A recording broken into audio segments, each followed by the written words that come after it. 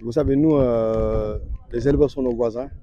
Quand vous parlez de la zone de Richard-Toll ou bien même de Wallo, on parle tout de suite d'agriculteur, on parle également d'élevage. Euh, la, la particularité, c'est qu'aujourd'hui, faire de l'élevage ou l'agriculture dans le désert, ça devient très compliqué.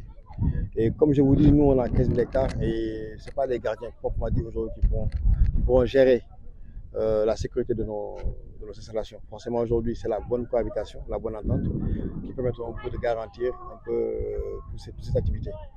Donc, nous, on coupe quotidiennement nos parcelles de canne et la tige est envoyée à l'usine pour des questions de production et la paille est donnée aux éleveurs quotidiennement après de les soutenir, surtout en ces périodes de soudure où nous voyons que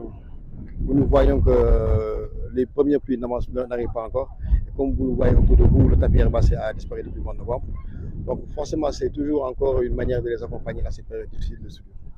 Estimer les quantités va être très difficile. On a deux types de coupes à la CSS.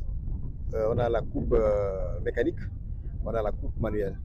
La coupe manuelle permet un peu d'élaguer les feuilles de la tige et ces pailles-là sont récupérées par les éleveurs. Ils viennent malheureusement au quotidien avec des charrettes, avec des enfants, avec des femmes et qui côtoient un peu nos engins et qui posent beaucoup de problèmes de sécurité. Nous, on aimerait plus apporter plus de paille aux éleveurs parce que le monde évolue, mais on aimerait plus également les tirer vers la mécanisation.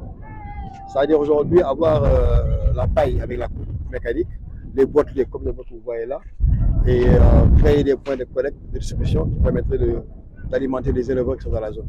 Donc c'est pour ça le but du jeu, c'est pour ça la compréhension qu'on voudrait plus mettre en exergue. Et d'ailleurs demain, on a une réunion, un CDD qui va se tenir à Dagana.